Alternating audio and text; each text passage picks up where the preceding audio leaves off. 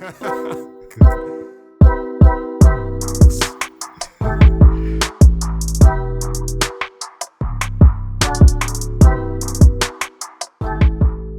here is the article 49 Southeastern Schools. All right, this one is by Radhika De Silva, senior multimedia reporter of The Guardian. Everybody on The Guardian is a senior reporter.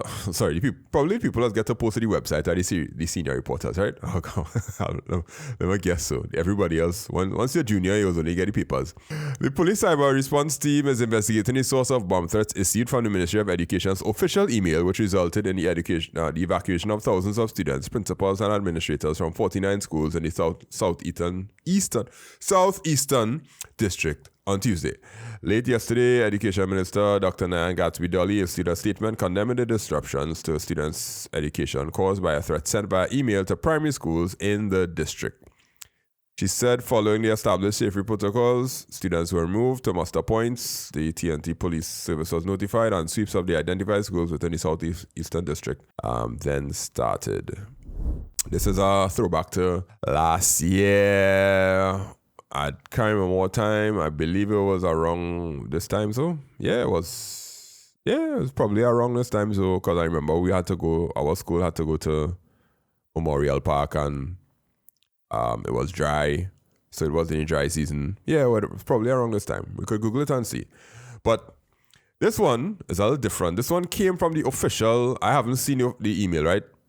Anywhere. I didn't get any print screen or screenshots. But this one came from the official Ministry of Education email. So two things there. The email got compromised, and the person that compromised it sent an email, I'm assuming, to a mailing list that was already in that email account, because it's a very specific number of 49 schools. Yeah, it could be. So I mean... Go ahead. Let me hear you, because I'm a teacher, so I have real views about this from a teaching perspective. But what's your view? Yeah, I mean, so the principals who have a see in the emails coming from the official Ministry of Education, first thing you would take it seriously. Like last year, where it came from like a random email address. I can't remember what account. So that in itself, what people would think is actually something credible. But going back to it, is from the official Ministry of Education email. You think an email address was compromised and it wasn't somebody being mischievous or nothing. It was probably genuinely compromised. But it's probably like a phishing attack or something. Okay, it's possible that you could spoof an email, but spoofing emails it's gotten a lot harder. Because of the services I use, and the Ministry of Education has used Microsoft Outlook, right? Yeah. Well, basically is what is called Outlook again? Azure. Outlook. Nice. Yes, Office. Office 365, I think. Yeah, Office 365 email. Yeah. Right. Now, to spoof that email and send it as if it was coming from that email, I could see that possible, but then they would not send it to only the Southeastern District schools. Yeah. If they spoofed the email, they would have sent it to every school in the mailing list that was possible. So if it's only the Southeastern District, I am assuming, maybe wrongly, that is a real email address that was compromised, and there's a list of 49 schools there, because districts have different school sizes, and sometimes when you're sending emails to a certain district, you send it to only that district because it's in the mailing list. Yeah. So I mean, it'll be good to know what email it actually came from, if it's like from a person's email or like a Minister like Education. A school supervisor email or some kind of thing like that. It could be. I don't know. I mean, but you being a teacher, that could be some work, call on some of your contacts. I could send a few messages in our WhatsApp group and say anybody from one of those schools have a copy of the email. I could have done that before, but I really didn't want to run it down that much, because my real concern is from a technical perspective. This is real easy to do. It's really easy to craft an email to say almost anything and send it out to a large list. It's not difficult to create an email account, send it.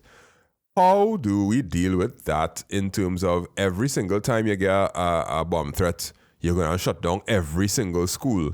Is there like a threshold number that we should be like, okay, if this thing goes to more than 15 email accounts, you have to be able to say at some point in time, make a rational decision and say, nah, that's what's the number? What you think is a solid? Because 49 people getting the same email saying they have a bomb, that could never be true.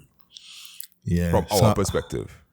So I mean, you would sometime would have to pass in terms of figuring out to get sent to 49 people. So you would, as soon as you get an email like that, you would have like a duty of care to kind of take it seriously.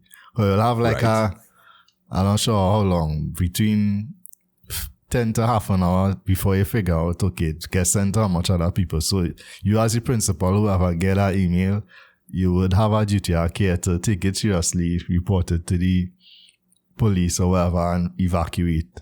So just getting sent it going and cause a disruption. I don't know. I don't think it could avoid it. By the time you reach to school number 10 and you realize, wait, you all got the same email too, and then everybody else start to call, you're going to evacuate all of them up to 49? I mean, it like every single school going to like say everybody get now, everybody going to most likely evacuate. Given that they'll probably, you're assuming that they're checking the emails regularly, right? So if you get now, you would take it seriously. Them and checking the emails regularly. I promise you they ain't checking the emails. Some schools would have gotten evacuated at 9 a.m. and some schools would have gotten evacuated at 11 a.m. All kind of different things that happen. And the article saying that the email which Guardian Media obtained warned people to stay away from schools on March 5th and 6th, noting that at midday a device will be set off. So it's 2 days they're telling you that their device will be set off at midday. Are those dates significant in terms of anything happening in schools, exams or anything like that? Mock exams, maybe most, but it's primary schools that they send it to. Yeah. So it's, primary schools that got sent to.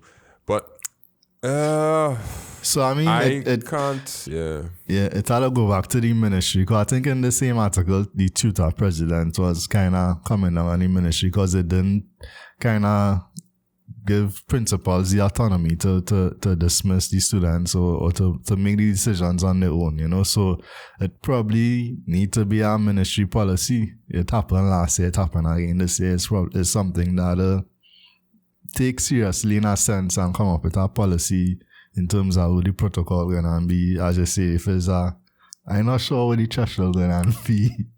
If it's... Well, apparently, based on the article, it seems like some of the principals was like, nope, we're not dismissing school, and no. Most of the principals was ready to dismiss schools because of security, but the MOE told them to await further instruction. So I'm assuming, based on what I've seen in the article, that they may have said, yo, let's investigate this first before we make everybody dismiss school. And that's my point of view. My point of view is do a little investigation and do a proper decision making. But the tutor president was saying principals have the autonomy to dismiss school if they realize things But the article also says Lumpkin said tutor will not allow the ministry to the ministry authority of principals. It is inhumane to have occupants of these schools stand in the hot sun and under those harsh conditions. We call on the MOE to discontinue this practice and allow principals to exercise discretionary powers and authority when it comes to health and safety issues. Now, going to the muster point is one thing. You have to go to the muster point whenever there's an emergency. But dismissing school, principals can't just dismiss school just like that. They have to get approval from the school supervisor, I believe. It's broken down into the ministry, but then there are school supervisors, and the school supervisors will supervise a particular district. And when you want to do anything, you have to talk to that particular school supervisor and say, well, here's the scene, this is what we want to do, and then they'll have to tell you, and then they will send the letter in writing the next day, or a few days later, you'll get the actual letter in writing from them saying, yes, we did say that you could do that. I am I'm concerned because before, to do this bomb threat thing, you used to call the school.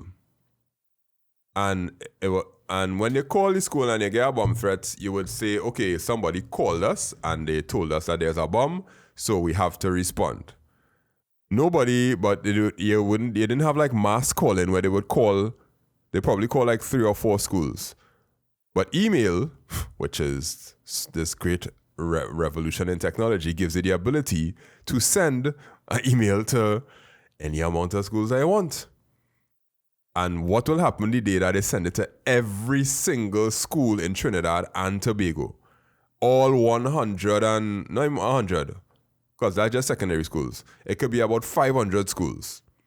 If somebody sent an email to 500 schools in Trinidad and Tobago, we're going to evacuate every single school in the country?